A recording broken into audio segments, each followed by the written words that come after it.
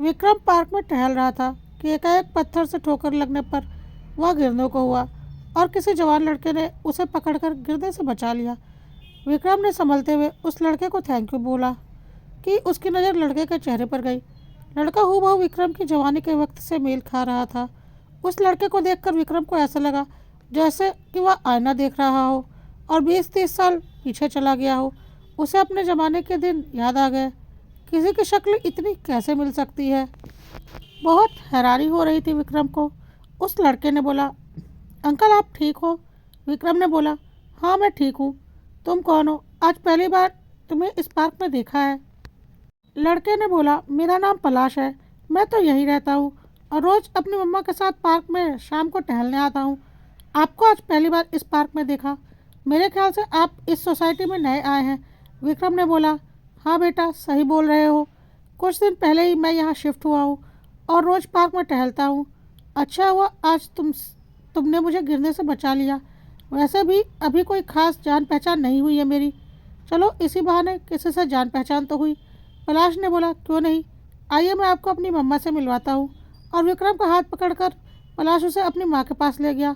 मम्मा, यह विक्रम अंकल हैं।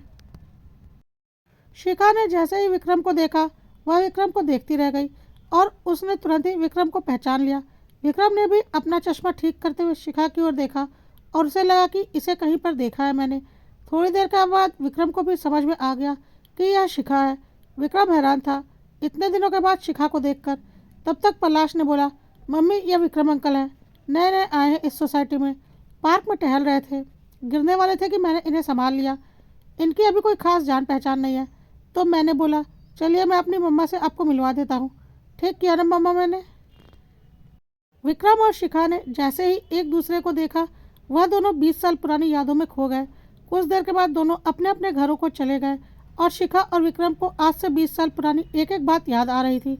पलाश इन सब से अनजान था। वह अपने कमरे में अपनी पढ़ाई कर रहा था, लेकिन शिखा की आंखों से नींद उड़ चुकी थी। शिखा को लग रहा था क्यों उसका अतीत लौटकर फिर आज उसके पास आया है। जिस अतीत को वह इतने दिनों से दूर थी, वह अतीत आज फिर उसके सामने था, बल्कि इस सोसाइटी में जिसमें वह रहते थे। शिखा ने तय कर लिया था कि वह यह सोसाइटी छोड़कर चली जाएगी। शिखा की शादी विक्रम से हुई और शिखा विदा होकर विक्रम के घर आ गई। शिखा के ससुराल में एक शादीशुदा ननंद, विक्रम और उसके माता पिता थे। कुल मिलाकर एक छोटा सुखी परिवार था। शिखा और विक्रम दोनों ही सॉफ्टवेयर इंजीनियर थे, पर शिखा दूसरे शहर में नौकरी करती थी, इसलिए उसने जॉब छोड़ दिया था और सोचा था इसी शहर में कोई नौकरी ढूंढ लेगी। शादी के अगले महीने ही शिखा को उल्टियाँ होनी शुरू हो गई थी और जब उसने टेस्ट किया तो रिपोर्ट पॉजिटिव आई। शिखा प्रेग्नेंट थी। शिखा हैरान थी कि वह इतनी जल्दी प्रेग्नेंट कैसे हो गई, अभी तो उसे जॉब करनी थी। उधर शिखा के ससुराल वाले और विक्रम भी कुछ अलग ही नज़रों से शिखा को देख रहे थे। शिखा एक दिन ऐसे ही विक्रम से बोल रही थी कि अभी तो मुझे जॉब करनी थी और 1-2 साल बाद मुझे बच्चों के बारे में सोचना था, पर देखो इतनी जल्दी सब कुछ हो गया। चलो अब पहले इसे ही देख लेते हैं, अब जो आ गया है उसे तो इस दुनिया में आना ही है। तो विक्रम ने बोला, ऐसा कोई ज़रूरी थोड़ी ना है, तुम चाहो तो इसे मत रखो। शिखा ने बोला, यह कैसी बातें कर रहे हो विक्रम, यह हमारा बच्चा है और हमारा पहला बच्चा है और तुम इसके लिए ऐसा कैसे बोल सकते हो। तब तक शिखा की सास भी उधर से आ गई और बोली, ठीक ही तो बोल रहा है विक्रम, इतनी जल्दी क्या है, अभी तो तुम लोगों के घूमने के दिन है, बच्चे तो बाद में पूरी ज़िंदगी संभालने ही है। शिखा हैरान थी अपनी सास की बातें सुनकर। शिखा ने सोचा, और सास तो तुरंत ही बहू को दादी बनाने के लिए जोर डालने लगती हैं और एक मेरी सास है जिन्हें कोई खुशी ही नहीं, जबकि वह दादी बनने वाली हैं। ऐसा कैसे हो सकता है? शिखा ने विक्रम और अपनी सास की बातों का कोई जवाब नहीं दिया और चुपचाप अपने कमरे में चली गई। उसे समझ में नहीं आ रहा था कि कोई खुश क्यों नहीं है। अगले दिन दबी जबान में विक्रम ने शिखा को बोला, देखो शिखा, अभी हमारी शादी को बस 1 महीना ही हुआ है और तुम प्रेग्नेंट हो। पता नहीं लोग क्या क्या बातें बनाएंगे कि शादी के ठीक 9 महीने बाद बच्चा आ गया। तुम समझ रही हो ना मैं क्या कहना चाह रहा हूँ? क्यों लोगों की फालतू की बातें सुनना? इससे अच्छा है चुपचाप बिना किसी को जाने अबॉर्शन करवा लो। शिखा ने बोला, पागल हो गए हो क्या? लोग क्या बोलेंगे इससे तुम्हें फ़र्क पड़ता है? क्या तुम्हें नहीं पता यह किसका बच्चा है? क्या यह हमारा बच्चा नहीं है? तुम ऐसी बातें कैसे कर सकते हो? इतनी घटिया सोच तुम्हारी कैसे हो सकती है? लोगों को छोड़ो, अपनी बात करो, तुम्हारे दिमाग में क्या चल रहा है? विक्रम ने बोला, मेरे दिमाग में कुछ नहीं चल रहा, मैं कुछ गलत भी नहीं बोल रहा हूँ। बाहरी लोग कुछ बोले और बातें बनाएं, इससे अच्छा यह नहीं होगा कि हम किसी को कुछ जानने ही ना दें। कुछ दिनों के बाद बच्चों की प्लानिंग कर ली जाएगी, हम लोगों का मुंह तो बंद नहीं कर सकते। शिखा ने बोला, अच्छा, क्या लोगों को पता नहीं कि शादी के बाद क्या होता है और बच्चे कैसे होते हैं? और मुझे लोगों से क्या? तुम अपनी और अपने घर वालों की बात करो। तुम्हारे मन में क्या है? क्या तुम नहीं जानते यह किसका बच्चा है और हमारे बीच क्या हुआ है? विक्रम कुछ नहीं बोला, चुपचाप कमरे से बाहर चला गया। शिखा को आज विक्रम के ऊपर बहुत ही ज़्यादा गुस्सा आ रहा था। विक्रम ऐसा कैसे सोच सकता है? हाँ, वह बहुत जल्दी प्रेग्नेंट हो गई, लेकिन यह असंभव तो नहीं। पढ़ा लिखा होकर भी विक्रम के दिमाग में इतनी घटिया बातें कैसे आ सकती हैं? शिखा को बहुत ज़्यादा ही गुस्सा आ रहा था। तब तक शिखा की सास कमरे में आई और बोली, विक्रम कुछ गलत नहीं बोल रहा। जिस तरह से तुम प्रेग्नेंट हो गई हो, किसी भी पति को शक होगा कि तुम शादी के पहले से ही प्रेग्नेंट हो। शिखा ने बोला, अच्छा, आपके बेटे को पता नहीं क्या कि क्या मैं अकेले ही प्रेग्नेंट हो गई हूँ? प्रेग्नेंट होने के लिए दो इंसानों की ज़रूरत पड़ती है। तो शिखा की सास ने बोला, हाँ, तो ज़रूरी है क्या कि वह दूसरा इंसान विक्रम ही होगा? शिखा बहुत तेज़ चिल्लाई, आपकी हिम्मत कैसे हुई मेरे ऊपर इतना घटिया इल्ज़ाम लगाने की? तो शिखा की सास ने बोला, इल्ज़ाम नहीं लगा रही हूँ, खुद सोच कर देखो। मैं क्या, कोई भी यह बात बोल देगा? तुम्हारी शादी को 1 महीना ही हुआ है, ससुराल में तुम्हें एक बार भी पीरियड नहीं हुआ, तो यह कैसे मान ले कि यह हमारे खानदान का बच्चा है? शिखा ने बोला, मम्मी जी, एक औरत होकर एक औरत के बारे में इतनी गंदी सोच? हाँ, बहुत जल्दी हो गया, पर यह असंभव तो नहीं है। यह बात आप भी बहुत अच्छे से जानती हैं और आप मेरे ऊपर इतना गंदा इल्ज़ाम लगा रही है। शिखा की सास ने बोला, देखो बेटा, मैं तुम्हारे ऊपर इल्ज़ाम नहीं लगा रही हूँ, लेकिन जो हालात हैं, शक किसी को भी होगा, घर वालों को भी और बाहर वालों को भी। हम तुमको कुछ भी नहीं बोल रहे हैं, हम बस यह चाहते हैं कि इस बच्चे को ना रखा जाए। आगे तुम खुद समझदार हो, सोच लो तुम्हें क्या करना है। शिखा पर तो मानो वज्रपात हो गया। बाकियों की तो छोड़ो, विक्रम, उसका पति, वह उसके ऊपर विश्वास नहीं करता। यही होता है पति पत्नी का रिश्ता। हर रिश्ते में औरत ही अग्नि परीक्षा क्यों दे? औरत को ही अग्नि परीक्षा देना जरूरी होता है क्या? छी, कितनी गंदी मानसिकता है लोगों की। शिखा के सास ने शिखा के मायके फ़ोन करके शिखा की माँ को सारी बात बताई। शिखा की माँ ने भी शिखा को फ़ोन करके वही बातें दोहराई जो कि शिखा की सास ने बोली थी। शिखा ने बोला, वाह माँ, तुम भी अपनी बेटी का साथ नहीं दे रही हो। शिखा की माँ ने बोला, नहीं बेटा, ऐसी बात नहीं। मुझे पता है मेरी बेटी गंगा की तरह पवित्र है, लेकिन इस समाज का हम क्या कर सकते हैं? यह हमेशा औरतों की ही अग्नि परीक्षा लेता आया है और लेता रहेगा। तेरा घर टूट जाए, इससे तो अच्छा यही होगा ना कि इस बच्चे को ना रखा जाए। बच्चे तो फिर और हो ही जाएंगे, पर जिसकी वजह से रिश्ता ही टूटने की कगार पर आ जाए, उस काम को करना ही क्यों? वह तो तेरे ससुराल वाले बहुत समझदार हैं कि तेरे ऊपर कोई इल्ज़ाम नहीं लगा रहे। उनकी बात मान ले बेटा। इल्ज़ाम नहीं लगा रहे? यह कैसी बातें कर रही हो माँ? यह इल्ज़ाम लगाना नहीं है तो और क्या है? मेरे चरित्र पर सवाल उठा दिया और तुम बोल रही हो कि इल्ज़ाम नहीं लगा रहे? माँ, तुम यह सब सुन भी कैसे सकती हो? तुम्हें पलटकर मेरी सास को जवाब देना चाहिए था। शिखा की माँ ने बोला, बेटा, इन सब से कोई फ़ायदा नहीं। औरतों को बहुत कुछ सहन करना पड़ता है और तू भी एक औरत है। अपना घर तोड़ने से अच्छा है चुपचाप अपने ससुराल वालों की बात मान ले, इसी में तेरी भलाई है। कहकर शिखा की माँ ने फ़ोन रख दिया। शिखा को समझ में नहीं आ रहा था कि उसने ऐसा कौन सा पाप कर दिया कि उसके ऊपर इतनी उंगलियां उठ रही हैं। यदि वह प्रेग्नेंट है तो क्या यह कोई पाप हो गया? वह अकेले प्रेग्नेंट हो गई है, इसमें विक्रम शामिल नहीं है, तो विक्रम के ऊपर कोई सवाल क्यों नहीं उठा रहा? क्या विक्रम की पवित्रता का कोई सबूत दे सकता है जो मेरी पवित्रता का सबूत मांगा जा रहा है? शिखा को बहुत ज़्यादा गुस्सा आ रहा था। शिखा ने सोच लिया था कि चाहे कुछ भी हो जाए, इस बच्चे को तो वह रखेगी ही। इन लोगों को उनकी बातों का जवाब देना है। अगले दिन शिखा की ननंद का फ़ोन आया।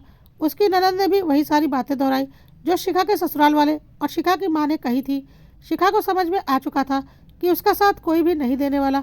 वह सीधा विक्रम के पास गई और बोली, कान खोलकर सुन लो, मैं यह बच्चा रखूँगी चाहे कुछ भी हो जाए। तुम भी बहुत अच्छे से जानते हो कि यह तुम्हारा ही बच्चा है। पढ़े लिखे होकर भी इतनी घटिया सोच। अब तुम सोच लो क्या करना है। मैं तो इस बच्चे का अबॉर्शन नहीं करवाने वाली। जाकर अपने घर वालों को बता दो। विक्रम ने बोला, देखो शिखा, कितना भी पढ़ा लिखा इंसान हो, पर कहीं ना कहीं मैं भी इसी समाज से ताल्लुक़ रखता हूँ और जो हालात हैं, मेरा शक करना भी जायज़ है। एक काम करो, तुम यदि अबॉर्शन नहीं कराना चाहती तो डीएनए टेस्ट करवा लो, सारी टेंशन ही खत्म हो जाएगी। शिखा ने बोला, अच्छा, मतलब समाज की बातें करके खुद के मन के शक को दूर करना चाहते हो? मैं डीएनए टेस्ट करवाऊँ, अपने पवित्रता का सबूत दूँ, जबकि मुझे पता है कि मैं पवित्र हूँ? बिल्कुल नहीं। होते कौन हो तुम मुझसे इस तरह मेरी पवित्रता का सबूत मांगने वाले? क्या तुम मुझे अपनी पवित्रता का सबूत दे सकते हो? क्या तुम साबित कर सकते हो कि मुझसे पहले तुम्हारे किसी और औरत से कोई शारीरिक संबंध नहीं थे? नहीं ना, क्योंकि तुम एक मर्द हो। तुम ना तो साबित कर सकते हो और ना ही तुमसे कभी कोई सबूत मांगा जाएगा, क्योंकि सारी अग्नि परीक्षाएं तो औरतों के लिए ही बनाई गई हैं और इसमें औरत ही भरपूर सहयोग करती है, जैसे कि तुम्हारी माँ, बहन और यहाँ तक कि मेरी माँ भी। तो मैं दूसरों के लिए क्या बोलूँ? लेकिन कान खोल कर सुन लो, मैं मेरी पवित्रता के लिए कोई भी अग्नि परीक्षा देने वाली नहीं। यह कहकर शिखा अपने कमरे में चली गई। शिखा को समझ में आ चुका था कि उसकी ज़िंदगी नरक से भी ज़्यादा बदतर बनने वाली है, लेकिन डीएनए टेस्ट करवाना या अबॉर्शन करवाना अपने चरित्र पर उंगली उठाने वालों का साथ देना होता, और शिखा यह करने को बिल्कुल भी तैयार नहीं थी। कुछ भी हो जाए, शिखा को बहुत अच्छे से पता था कि उसके मायके वाले भी उसका साथ नहीं देंगे। उसे अपनी लड़ाई खुद ही लड़नी थी। शिखा ने online work from home job search करना शुरू कर दिया, क्योंकि वह एक सॉफ्टवेयर इंजीनियर थी। जल्दी शिखा को वर्क फ्रॉम होम की एक अच्छी जॉब मिल भी गई। कुछ दिनों के बाद विक्रम ने शिखा से बोला, शिखा, हमने तुम्हें बहुत मनाने की कोशिश की, पर तुम मानने को तैयार नहीं। अब अगर तुम अबॉर्शन या डीएनए टेस्ट नहीं करवाना चाहती तो यह रिश्ता नहीं चलने वाला। मुझे मजबूरन तुमसे तलाक लेना पड़ेगा। शिखा ने बोला, मुझे पता है विक्रम, और मैं इसी बात का इंतजार कर रही थी कि कब तुम मुझसे तलाक की बात करोगे। मुझे कोई दिक्कत नहीं, लेकिन डीएनए टेस्ट करवाना या अबॉर्शन करवाना कहीं ना कहीं तुम लोगों की गंदी सोच को बढ़ावा देना होगा, और मैं वह कभी नहीं करूँगी। मैंने अपनी जॉब शुरू कर दी है और अब मैं यह घर छोड़कर जा रही हूँ। तुम तलाक के कागज़ मुझे मेल कर देना, या फिर मेल पर ही मिलने की जगह तय कर लेना। मैं आ जाऊँगी। जितनी जल्दी हो सके मैं तुमसे तलाक ले लूँगी। तुम कागज़ तैयार करवाओ और मैं तुम्हारी ज़िंदगी में दोबारा कभी नहीं आऊँगी, क्योंकि मैं एक ऐसे आदमी के साथ ज़िंदगी नहीं गुजारना चाहती जो अपनी पत्नी पर विश्वास ही ना कर सके। और मुझे बहुत अच्छे से पता है कि मेरे मायके वाले भी मेरा साथ बिल्कुल नहीं देंगे, लेकिन भगवान की दया से मैं पढ़ी लिखी हूँ और अपना ख्याल खुद रख सकती हूँ। मुझे किसी के साथ की ज़रूरत नहीं। मैं जा रही हूँ। जब तलाक के लिए मेरी ज़रूरत पड़े तो मेल कर देना, मैं आ जाऊँगी, क्योंकि फ़ोन से मैं तुम्हें ब्लॉक कर रही हूँ। 20 साल पुरानी यादों को याद करते हुए विक्रम की आंखों में आज आंसू आ रहे थे। कितनी बेदर्दी से उसने शिखा को अपनी ज़िंदगी से निकाल फेंका था, वह भी उस गलती के लिए जो उसने कभी की ही नहीं थी। कितना खुदगर्ज इंसान था वह, लेकिन ईश्वर ने उसे उसके किए की सजा दे दी थी। अपनी संतान होते हुए भी आज वह एकाकी जीवन जीने को मजबूर था, और उसका कहने को इस दुनिया में कोई भी नहीं था। अपना बेटा आंखों के सामने होते हुए भी अपने बेटे को अपना तक नहीं कह सकता था। पलाश को देखा तो उसे अपने जवानी के दिन याद आ गए। जब पलाश की माँ को देखा तो वह समझ गया कि पलाश उसी का बेटा है। अगले दिन विक्रम शिखा से मिलने की उम्मीद में दोबारा पार्क में गया। शिखा भी यह सोसाइटी छोड़कर जाने से पहले एक बार विक्रम से मिलना चाहती थी। आखिर इतने दिनों के बाद विक्रम से मिलना हुआ था। उसे उसके सवालों का मुंहतोड़ जवाब भी तो देना था। पार्क में शिखा को देखकर विक्रम उसके पास गया। पलाश भी वही था। वह बोला, अंकल, आप आ गए टहल कर। चलिए, अब आप मम्मा से थोड़ी देर बातें कीजिए, मैं थोड़े राउंड मार कर आता हूँ। कहकर पलाश पार्क में राउंड मारने चला गया। शिखा ने बहुत ही तीखी नज़रों से विक्रम को देखा। विक्रम की नज़रें झुकी हुई थी। शिखा ने बोला, इस सोसाइटी में क्यों? तुम्हारा घर क्या हुआ? विक्रम ने बोला, कौन सा घर? कैसा घर? वह घर तो मम्मी पापा ने गुजरने से पहले ही मेरी बहन के नाम पर कर दिया था, क्योंकि मेरा तो इस दुनिया में कोई था नहीं और वह लोग मेरा ख्याल रखेंगे यह सोचकर। लेकिन आज के ज़माने में जब अपने ख्याल नहीं रखते तो गैरों से क्या उम्मीद की जा सकती है। उन लोगों ने मुझे बोझ समझकर उस घर से निकाल दिया। मैंने इस सोसाइटी में एक फ्लैट ले लिया और अब मैं अकेला ही रहता हूँ। इतना बूढ़ा तो अभी नहीं हुआ हूँ। जॉब भी करता ही हूँ। जब तक चलेगा चला ही लूँगा। हाँ, मेरे पैसों का लालच ज़रूर है मेरी बहन और उसके बेटे को, लेकिन मैं मेरा सब कुछ दान करके जाऊँगा। उन्हें तो एक फूटी कौड़ी भी मैं नहीं देने वाला। क्यों? तुमने किसी चरित्रवान लड़की से शादी करके अपना चरित्रवान खानदान आगे नहीं बढ़ाया? शिखा ने व्यंग किया। विक्रम ने बोला, जितना व्यंग करना है कर लो, मैं इसी लायक हूँ, और ईश्वर ने मुझे मेरे किए की सज़ा भी दे दी। तुम्हारे जाने के बाद शादी तो मैंने की थी, लेकिन कहते हैं ना, भगवान तुम्हें तुम्हारे किए की सज़ा ज़रूर देता है, और मुझे मेरे पापों की सज़ा मिली। मैं और मेरी दूसरी पत्नी कार से कहीं जा रहे थे। कि हमारा एक बहुत बड़ा एक्सीडेंट हो गया जिसमें मेरे कमर के नीचे का हिस्सा बुरी तरह से क्षतिग्रस्त हो गया और काफ़ी महीनों मेरा इलाज चला। ठीक तो मैं हो गया, लेकिन मैं ज़िंदगी भर कभी पिता नहीं बन सकता था और मेरा पुरुषत्व खत्म हो चुका था। मेरी दूसरी पत्नी ने जब यह सुना तो उसने बोला, मैं तुम्हारे साथ अपनी ज़िंदगी खराब नहीं कर सकती। अब तुम किसी लायक नहीं हो और ना ही तुम मुझे माँ बनने का सुख दे सकते हो। तुम खुद समझदार हो। मैं मेरी ज़िंदगी कैसे काटूंगी? अभी मेरी उम्र ही क्या है? जरा मेरे बारे में सोच कर देखो। मैंने उसे आज़ाद कर दिया। उसने दूसरी शादी कर ली और मैं मेरी ज़िंदगी में अकेला रह गया। मेरी माँ बहुत रोई कि हमारा तो एक ही बेटा था और अब वह कभी पिता नहीं बन सकता।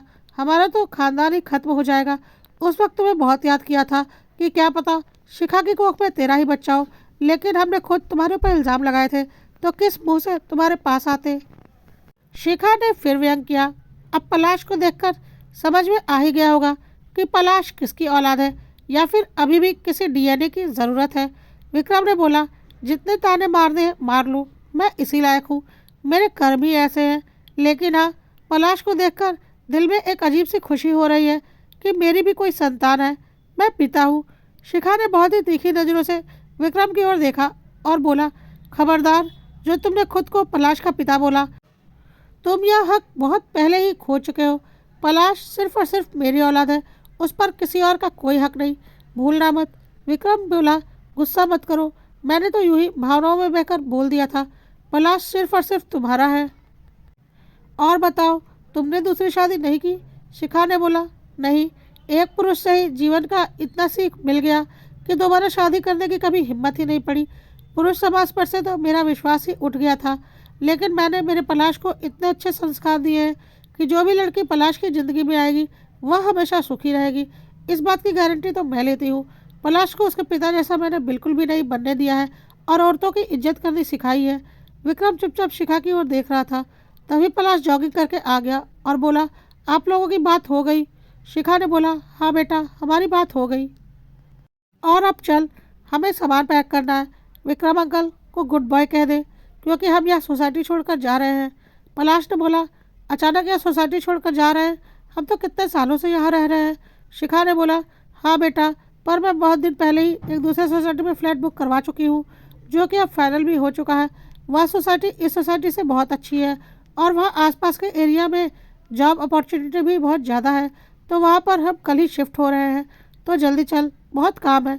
पलाश ने बोला, ओके विक्रम अंकल, मैं चलता हूँ।